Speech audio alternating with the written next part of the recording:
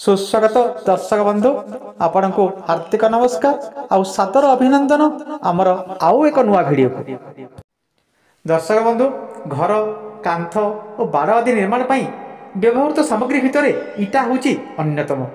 घरटी हेउ अथवा कांथ बाड़टी हेउ निर्माण पूर्व मनरे स्वतः प्रश्न जागे जे एथिपाई केते इटार आवश्यकता रही अछि, कारण इटार सठिक हिसाब रखी जोगाड़ करि न पारिले काम अधा बाटर अटकी जाए अथवा अधा बाटर हैरान होगा पड़ी थाए। एणु एसबू कार्य आरंभ करने पूर्व इटार सठिक हिसाब रखी आगरू से अनुसार प्रस्तुत होगा पड़े। दर्शक बंधु कांथटे अथवा बाड़टे निर्माण पर इटार हिसाब केमिति रखिबे ताकू नहीं आम भिडियोटी प्रस्तुत कराई। आम आशा करूँ ये भिडियोटी आपण को ए दिगरे सठिक सूचना देवाई समर्थ हो पार। भिडियोटी आरंभ करने पूर्व आपण को आम गोटे छोटिया अनुरोध, ये भिडियोटी जदि आपण मन को पाए निश्चित भाव गोटे लाइक करेंगे और नुआ ही जब आम चैनल को आप देखुता ताहले एबे ही चैनल को सब्सक्राइब करने। यह व्यतीत आवश्यक मन कले या बंधुगण शेयर करी आमको उत्साहित करेंगे।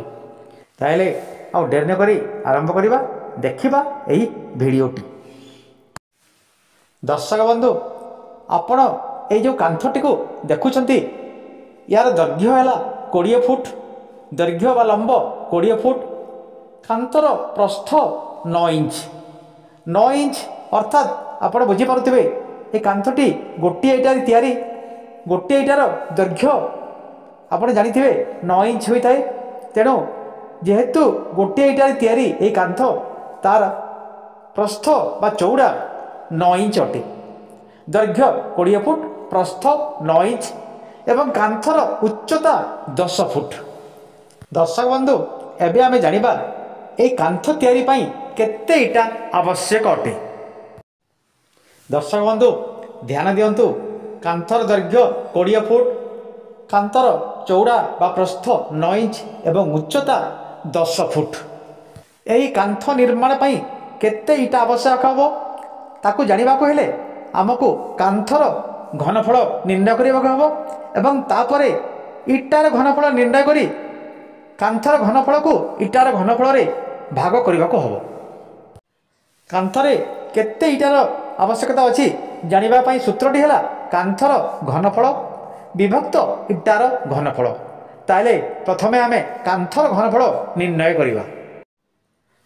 कांथर घनफल निर्णय पई सूत्रटी है दैर्घ्य गुणन प्रस्थ गुणन उच्चता, अर्थात ये 20 फुट गुणन 10 फुट गुणन 9 इंच। प्रस्थ 9 इंच को फुट रे परिवर्तित कले आम पाइबा 9 विभक्त 12 फुट। अतएव ये घनफल कांथर घनफल 20 फुट गुणन 10 फुट गुणन 9 विभक्त 12 फुट। या समाधान कले पाइबा 150 घन फुट, अर्थात कांथर घनफल 150 घन फुट। एबे आमे देखिबा गोटे इटार घनफल केते।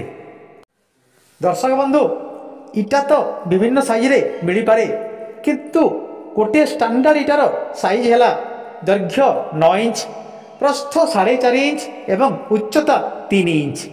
दैर्घ्य 9 इंच, प्रस्थ 4.5 इंच एवं उच्चता 3 इंच आमे एही इटार घनफल निर्णय करिबा।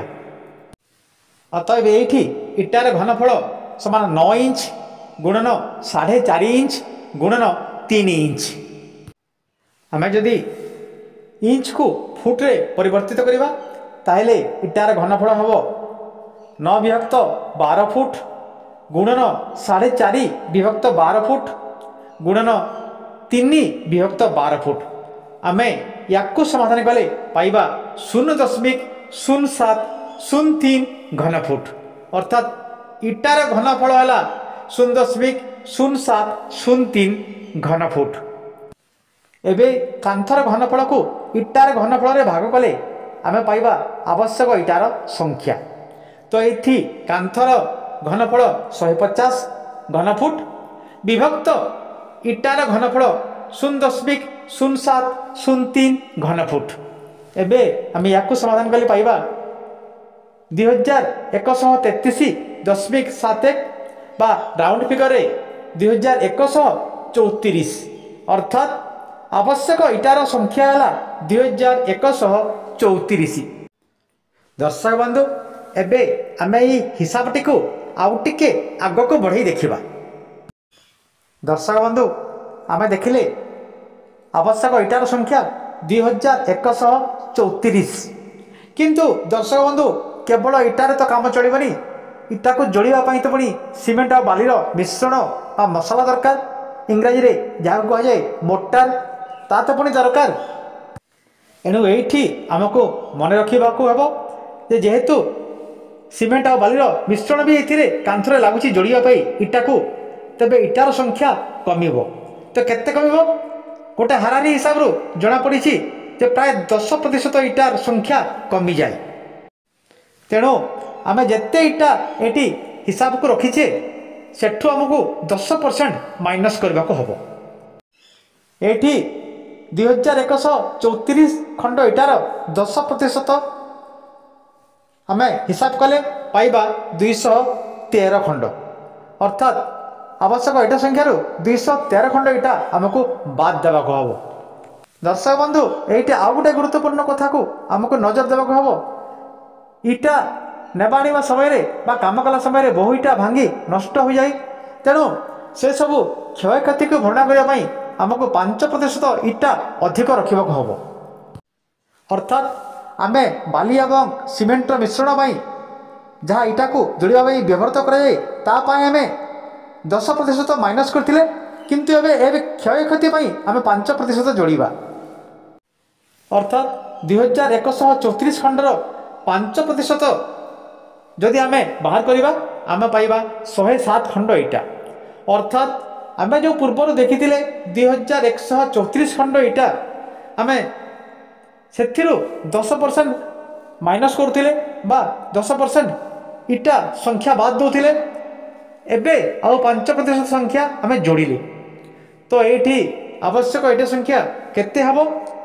2134 विजुक्त 213 जोग 107 अर्थात आवश्यक इटा संख्या है 2028। आम सर्वप्रथम इटा संख्या बाहर करते 2134 इटा और मसला बाद देले 213 एबे क्षय क्षति जोड़िले 107 एमती भाव आम जो हिसाब कर देखा आवश्यक हम 2028 खंड इटा। तेणु दर्शक बंधु आवश्यक इटार संख्या है 2028।